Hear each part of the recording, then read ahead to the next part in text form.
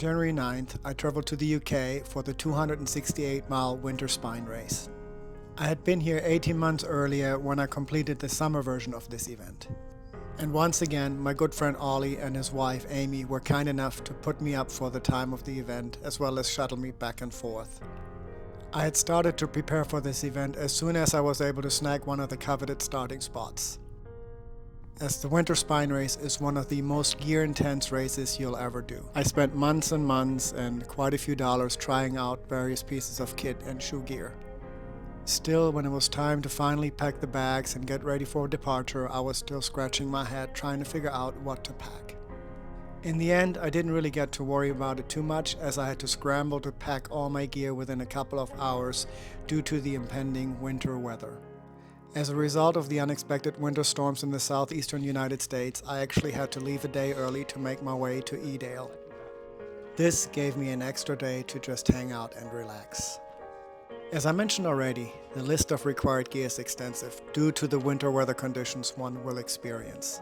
And this year's winter weather conditions definitely warranted the mandatory kit required from each runner. The Spine Race is considered a self-supported race, which means runners really do not have access or enter a checkpoint other than every 12 to 24 hours.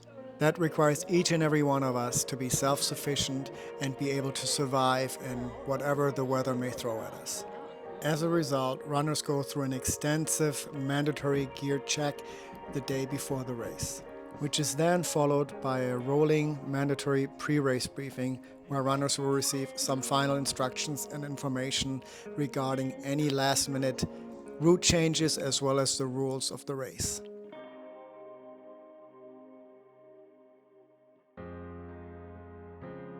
When race morning finally arrived, I was rearing to go. All that was left to do now was to drop off our drop bags and to get fitted for the GPS tracker before walking to the start line.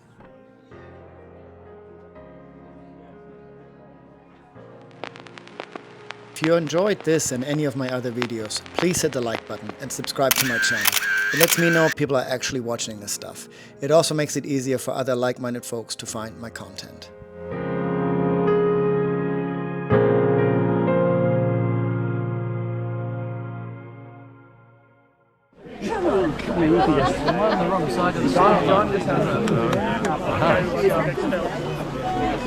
Alright, trying to earn the full set this week. Summer Spine in 23, Winter Spine in 25. Let's do this. There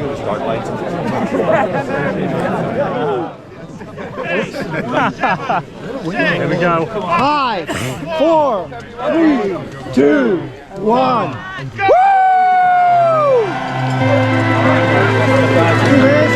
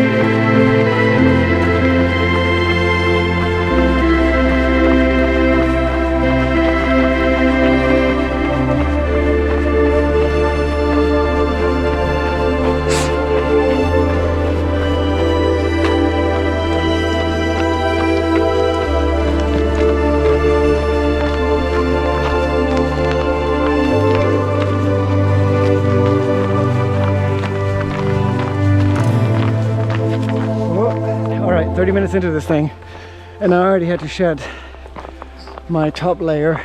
Base layer is already soaked through sweat, which is hard to believe looking at these conditions. But we're about to have a short but steep climb, and so I knew I was going to get even hotter. So took off the puffy, put on a windbreaker over the wet base layer, and trying to thermoregulate while I still can. And there's a little runnable bit.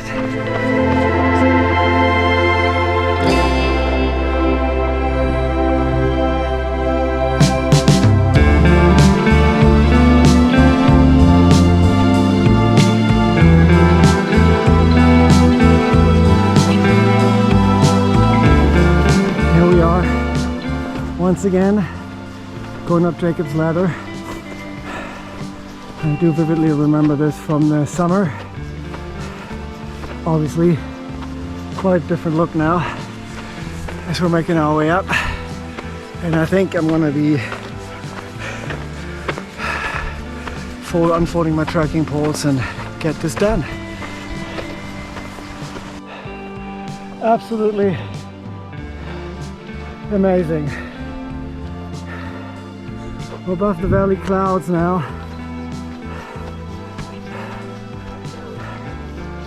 It's just beautiful.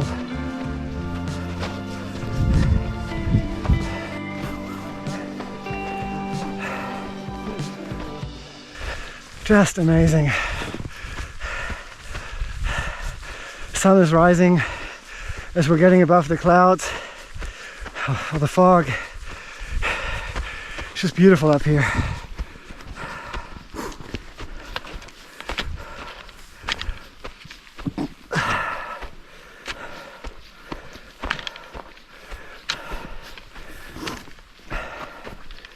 I'm glad I got the camera out. Wow.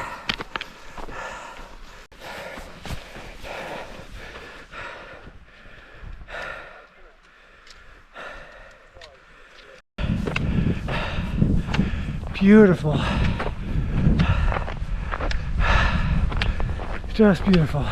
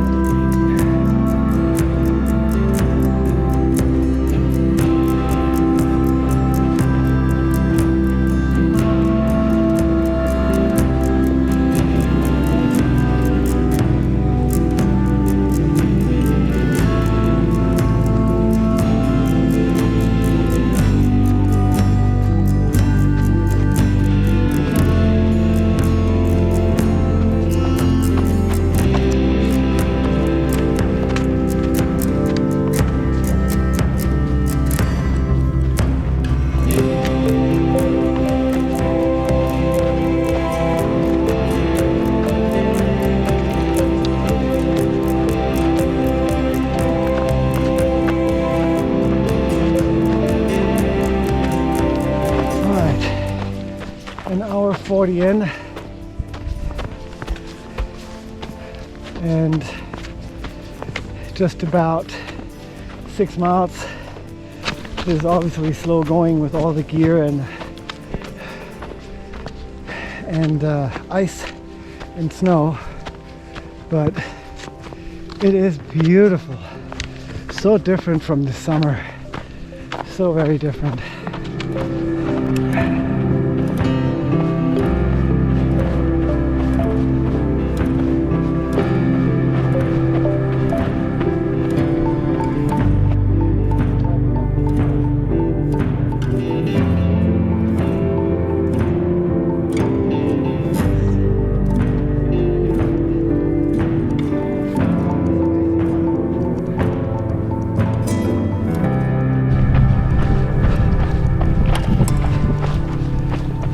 Wow.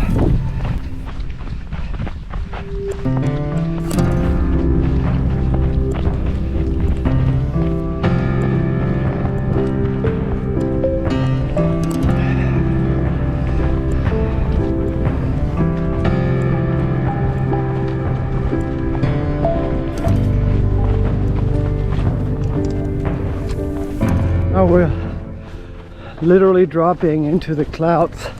A second ago I could see the runners in front of me, but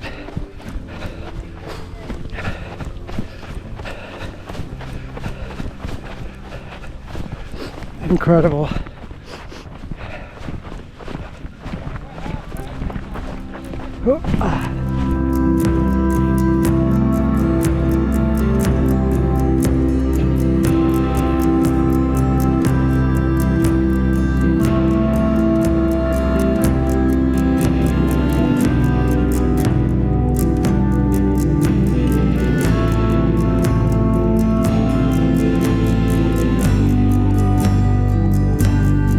Alright, almost 3 hours in, 10 miles, not a bad tally so far with these conditions, which are beautiful but challenging. A little bit of a road crossing here before we keep chugging along in the tundra. Just like we're transported to a different place. Alright, so that road crossing was Snake Pass. There was an MRT crew, mountain rescue team, kind of directing traffic as we were crossing and handing out some water, which was much appreciated. So I chugged a bottle and filled it up just to be safe. Any opportunity I have, I'm gonna get food and drink.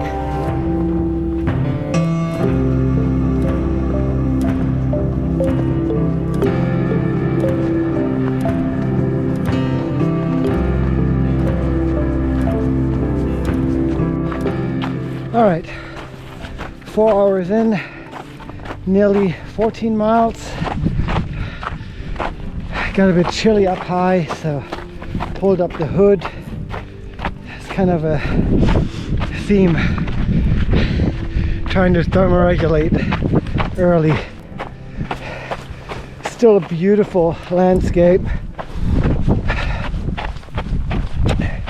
and just keeping moving along.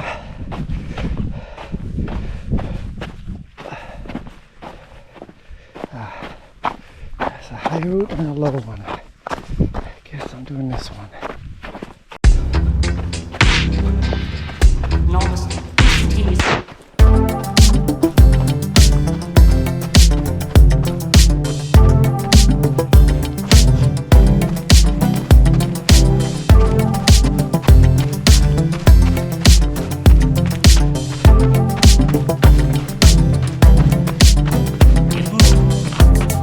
Alright, so I think we're going to run down to the bottom of this reservoir.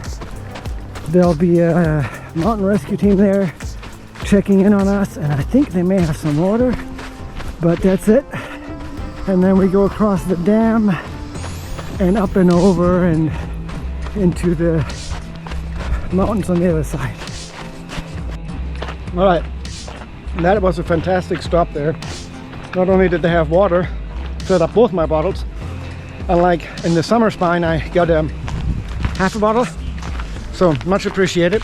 And then they had hot tea, coffee, and cookies or biscuits. So got a nice hot cup of tea, a couple of cookies, and moved on. So I think now we've got 16 miles until the next opportunity to get some water. So this is the reservoir. Again, looks quite different in the winter versus the summer.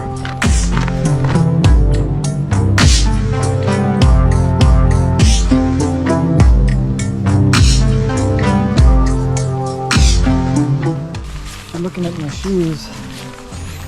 After trying out all these different waterproof Gore-Tex running ankle boots by La Sportiva and Salomon and normal, I ended up where I started with just a regular pair of Olympus, but I'm wearing a pair of Injinji sock liner socks, and a pair of Dex Shell compression waterproof knee-high socks. And that's basically due to the weather we're dealing with here. Already had a few creek crossings, got my feet wet and they got cold, but supposedly they stay dry on the inside. It's hard to tell when you're just feeling the cold. You don't know, is it really dry I'm assuming it is. Everyone says it is. And so I'm hopeful that that'll help me keep my feet in one piece longer. And then I'm wearing a pair of yak tracks right now, which is of course not helpful down here in the valley, but I'm pretty sure we're climbing back out shortly, and then we're gonna have lots of snow again. So I'm gonna keep them on for now, unless this is a prolonged section of no snow and ice. They're the Yak Tracks Pro. They're not the Catula micro spikes. Those we have to carry as well for proper hard ice up in the mountains.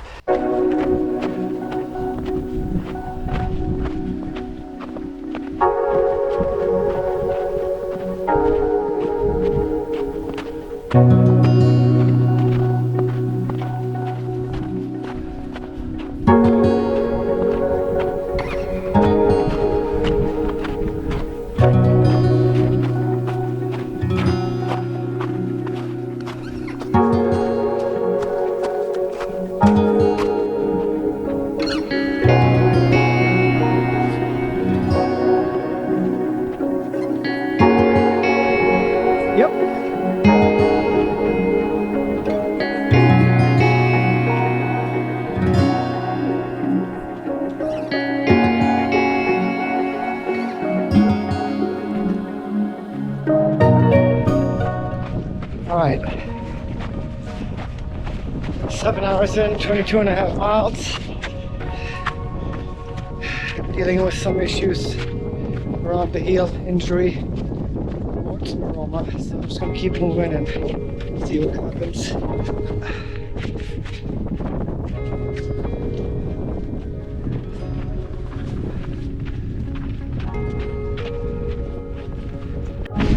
All right.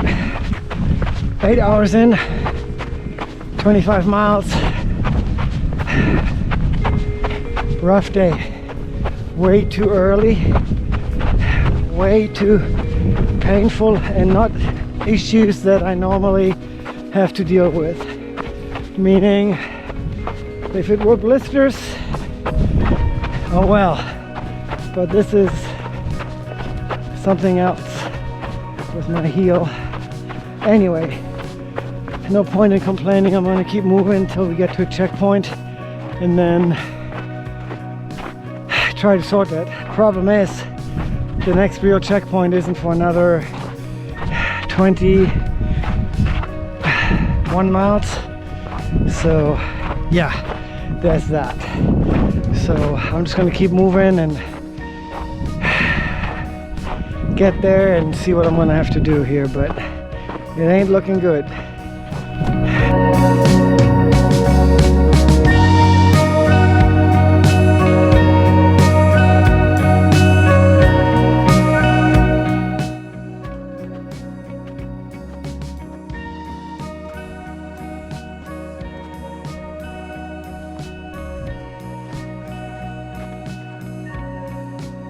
Up here.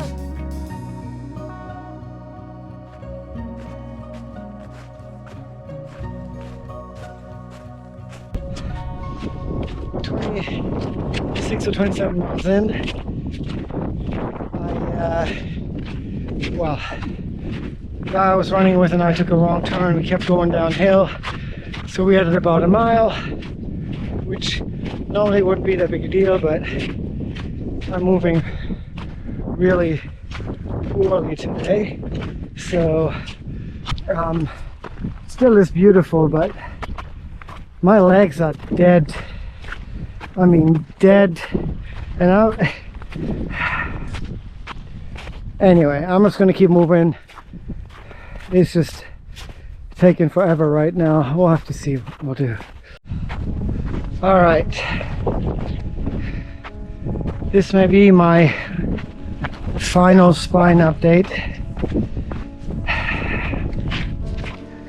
I'm about 30 miles in. I got 3 more to go to a point where there's a mountain rescue team. That damn left heel injury. I thought it was over with that nail. I ran 100 miles a couple of weeks ago, no problems whatsoever. And then this week it started flaring up on a run. That heel thing was the one thing that worried me, but I knew I was going to give this a go. I was hoping that it'll go away, but it seems it just stays there. But now I've got the added neuroma pain in my right foot and the bottom of the foot. I'm very disappointed right now. I'm 99% sure that this is it for me, which is very painful to admit. I've been just trying to want to get even to the next checkpoint at mile 46, but I cannot start taking pain pills on day one. I'm not willing to do that. Anyway,